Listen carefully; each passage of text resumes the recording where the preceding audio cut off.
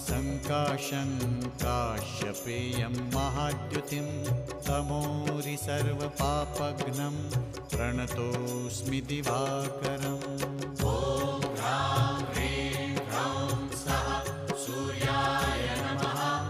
ॐ ह्रां ह्रीं ह्रौं सः सूर्याय नमः। जपा कुसुमसङ्काशं काश्यपेयं महाद्युतिं तमोरि सर्वपापघ्नं प्रणतोऽस्मि दिवाकरम्।